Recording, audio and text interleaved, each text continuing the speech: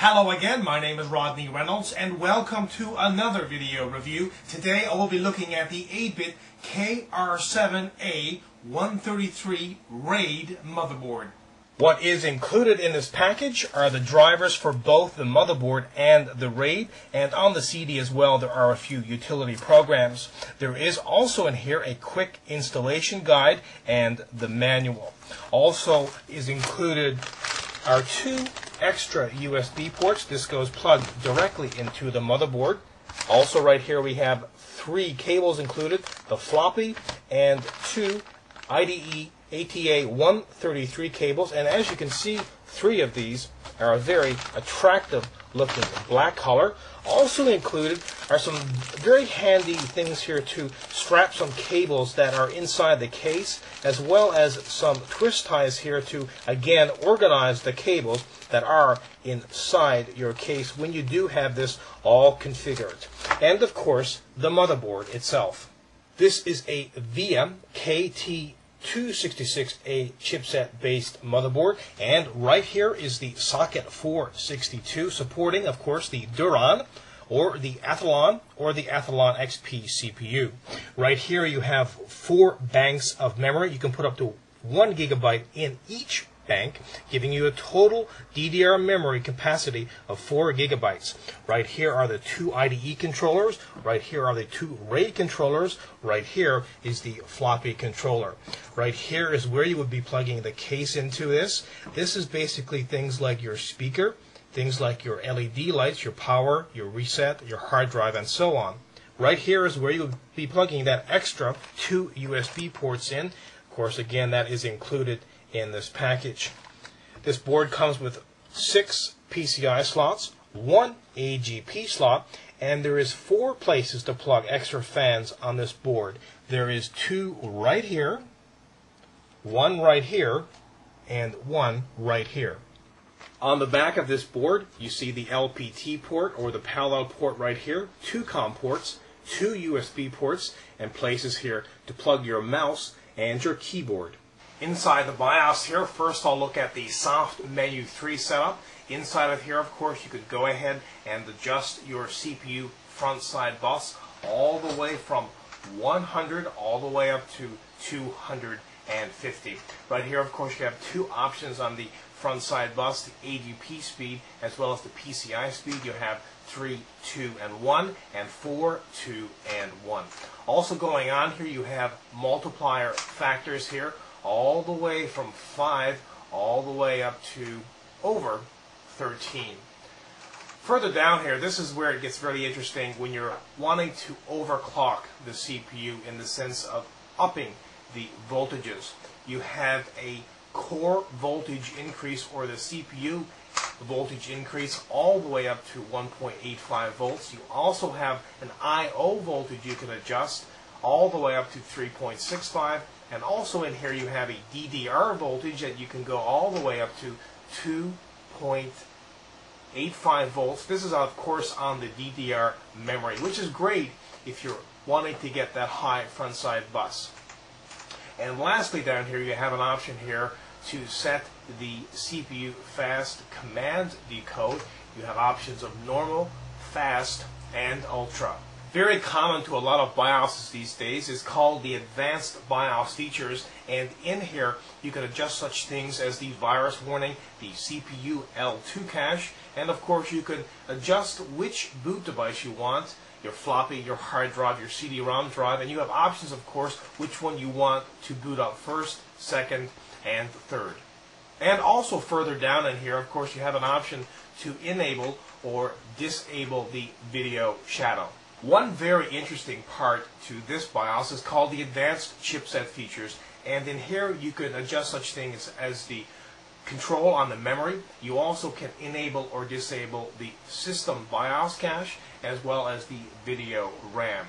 Now I'll just go into the DRAM clock drive control, and this area is basically for your memory timings and your bank interleave and your latency timing and so on and so forth. So this is the area where you would go to really tweak your memory. Still within the advanced chipset features, you have an AGP P2P bridge control, and in here you have options like the AGP aperture size. You can adjust that all the way up to 256 megabytes, and also you can go down here and adjust the AGP mode. Of course, you can select 2 or 4 in here. Right now I'm using a video card that only supports 2, so that's why you're seeing 2 times there. And also further down here, of course, you can enable or disable things like the AGP fast write and the master write, as well as the master read. In the integrated peripherals part of this BIOS, you have the VIA on-chip IDE device. Of course, this is where you would either enable or disable or adjust the IDE 1 controller as well as the IDE 2 controller. And as well here, you'll see that you can adjust the USB controller to all enabled, so all the USB ports are enabled. You can disable them all if you wish, or you can just have the USB port 1 working or the USB port 2 working. And of course, even further down here, you can adjust the ATA133 RAID controller. You can either enable or disable that, again within the integrated peripherals part of the BIOS. Another area which is becoming more and more common throughout almost every motherboard you buy these days is a temperature warning and some kind of a control, so when the system reaches a certain temperature, it will basically shut down or warn you. Now in this case, it will warn you. There is a temperature warning, so you can set this all the way from 50°C all the way up to 70°C, and if it reaches that, it basically will warn you. And also here at the very bottom, you'll see that there's actually a shutdown when CPU fan fail. Now basically what this means is that when the CPU fan does fail, it will power off the system. So again, a really good security mechanism here to really protect your system if your CPU fan was to fail. And let's face it, AMD systems, when the fan does shut down, become very hot very quickly. So it's very important to get this warning, and as well, of course, if the fan was to fail, the system would shut down and save your system. Using a program here called WCPU ID, I'm using a Duron 1 GHz at 1.2 GHz, and the maximum front side bus I could get out of this, as you can see at the bottom right hand corner here, is 150 MHz. This is the absolute highest that I was able to get from this motherboard. I tried both OCZAD's 3200 DDR memory as well as the Crucial's 2100 memory, and both would only go up to around 150 MHz. So that is really the maximum cap for this motherboard. Using a program called SciSoft Sandra, this is the latest downloadable version off of their website. Let me now go and do some CPU tests as well as memory tests on this CPU and motherboard combination.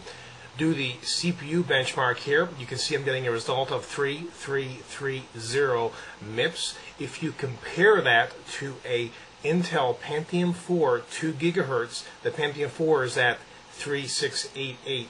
So there is, of course, a difference between a Pentium 4 2 GHz and a Duron a 1.2 GHz overclocked, of course, from 1 GHz. There is a difference here, but not a great difference here, again showing that AMD is certainly very strong even in the Duron side of things. Going on here to the CPU multimedia benchmark, get a result here of 6604. If you compare that to the Intel Pentium 4 2 GHz, the Intel, of course, is going to be much faster at 7875, but still a very good result. And finally here we look at the memory benchmark. The result is 2278 megabytes per second. This is actually using the OCZAD 3200 memory, and if you recall, I can only get this up to 150 megahertz frontside bus. I cannot go any higher than that, so therefore this kind of result is really capped, and you're not going to get a lot more higher than this unless you do some really fine tweaking in the BIOS.